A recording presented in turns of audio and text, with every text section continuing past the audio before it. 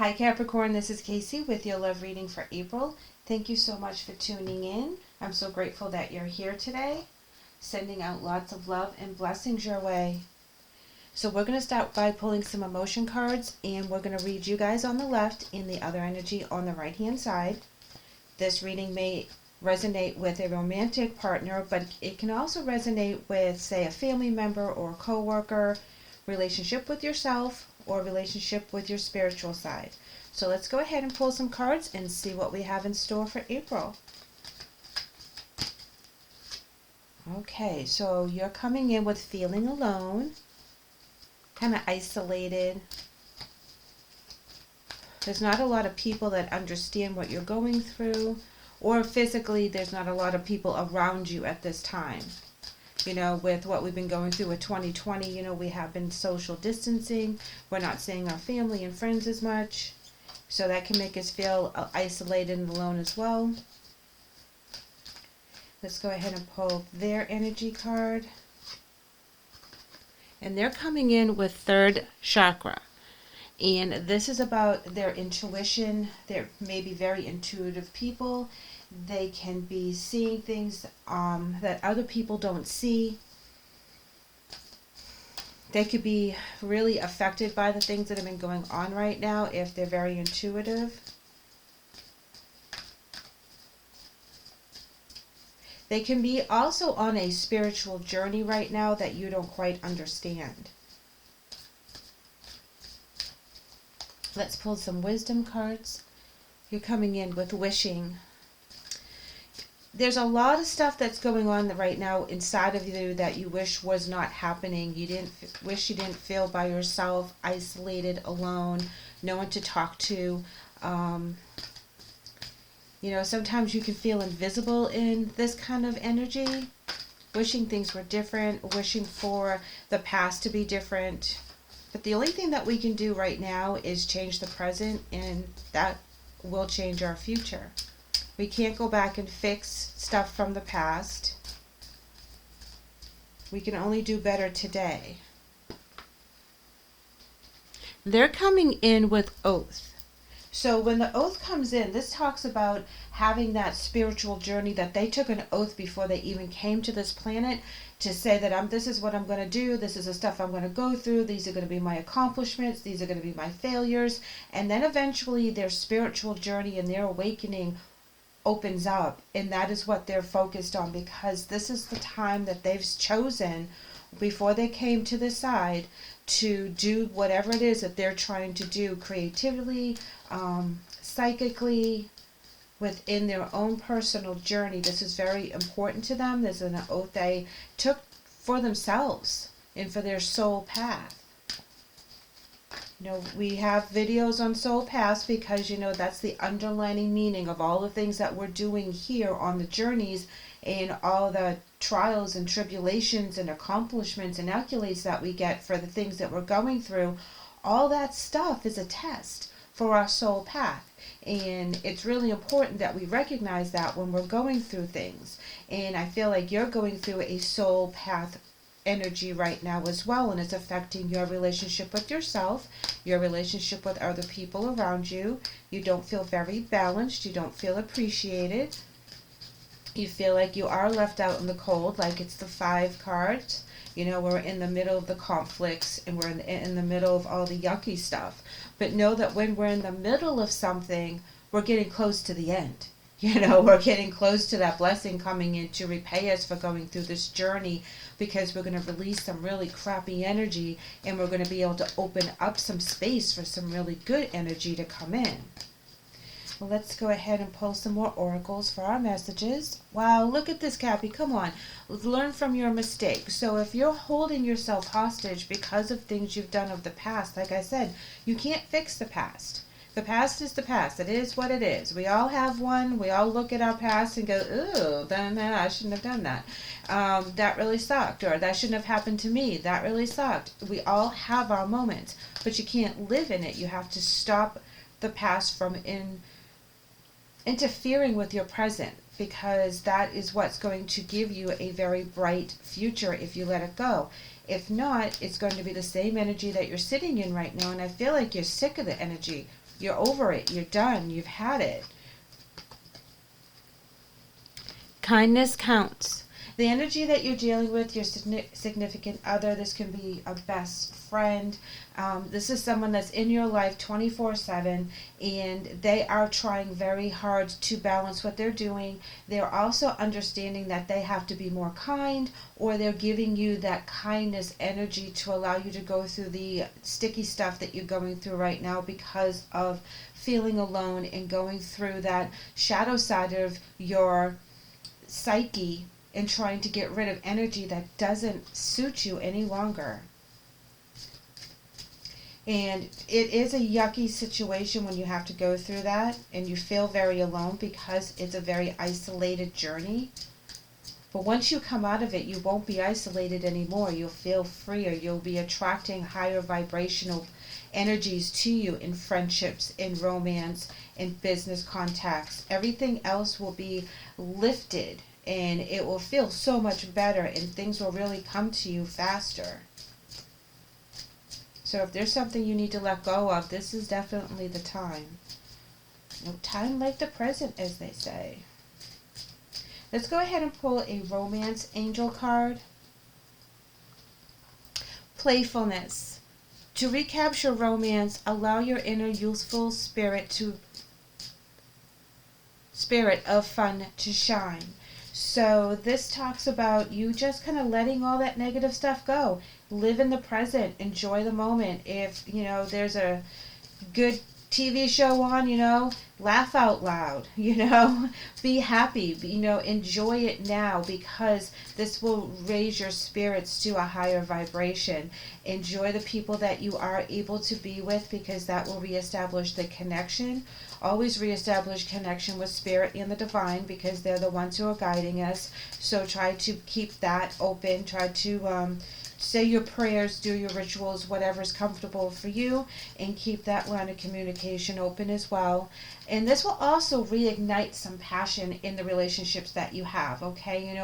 Not being in that depressed mode and that low-lying mode. While you're in the moment and you're feeling that joy, express that joy, bring them in, that will actually change the energy of the room. They're coming in with release your ex.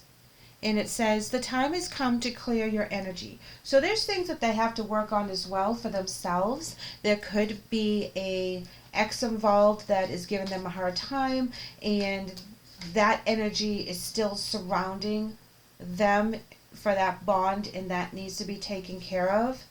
That can be tricky if there's a shared custody situation or something like that.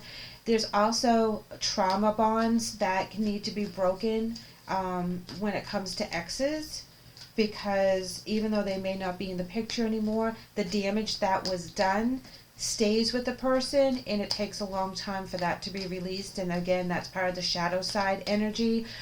You may be feeling a little bit of that yourself while you're going through this. Follow the golden rule. Treat others how you want to be treated.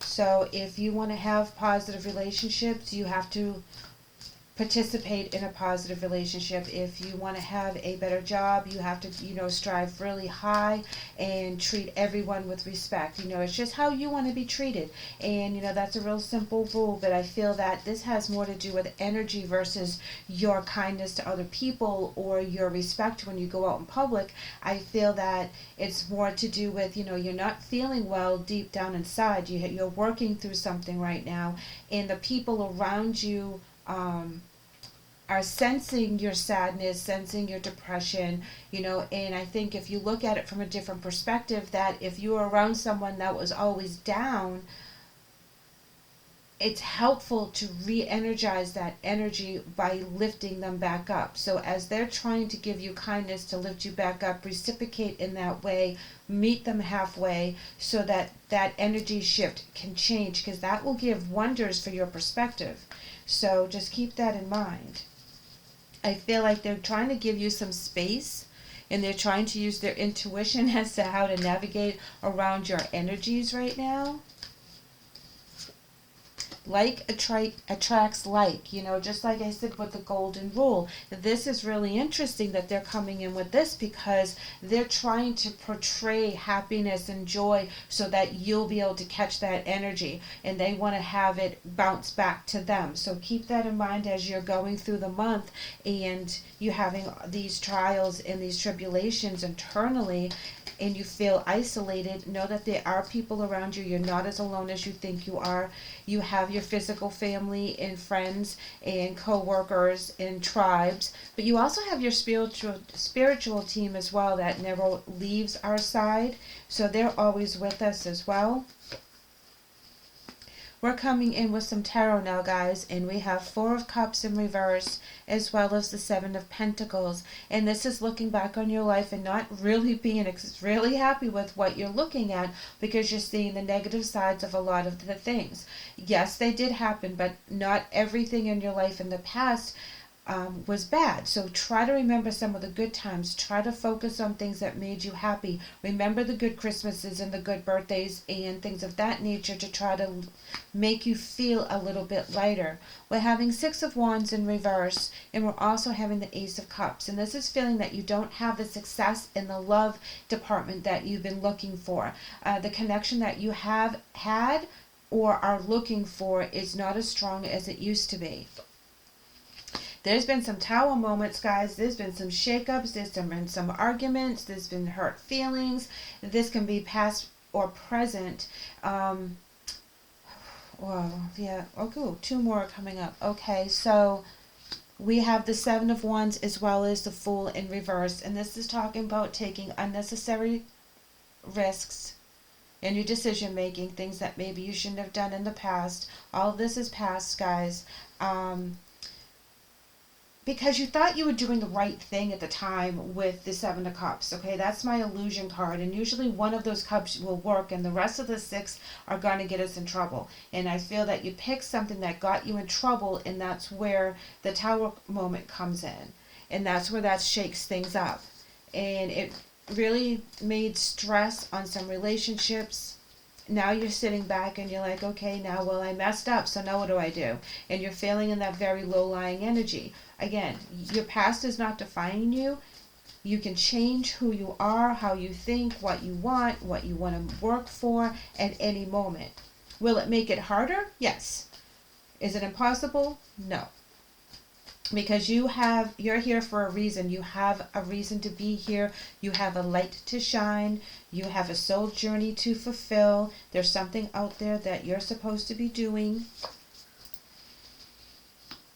The Star card, Queen of Swords, and the Page of Wands. This is struggling with communication to the success that is needed, okay? This is not talking about things that need to be brought to light. It's like half of the good stuff is coming and not all of the good stuff, because the communication needs to start opening up. You need to start talking about what it is that is bothering you and getting that on the table and giving a voice to the pain and the trauma of the past. But once you give it that voice, we don't want to keep harping on the situation. Once you give it the voice, you need to find a solution and find some peace with it, because that's how you're able to move on. And again, there's no judgment here. I've been through the same thing where you talk about the same pain over and over and over again, and you're just rehashing it. You're just ripping it back open. You're just like bringing it back to the forefront, even though it happened a while ago.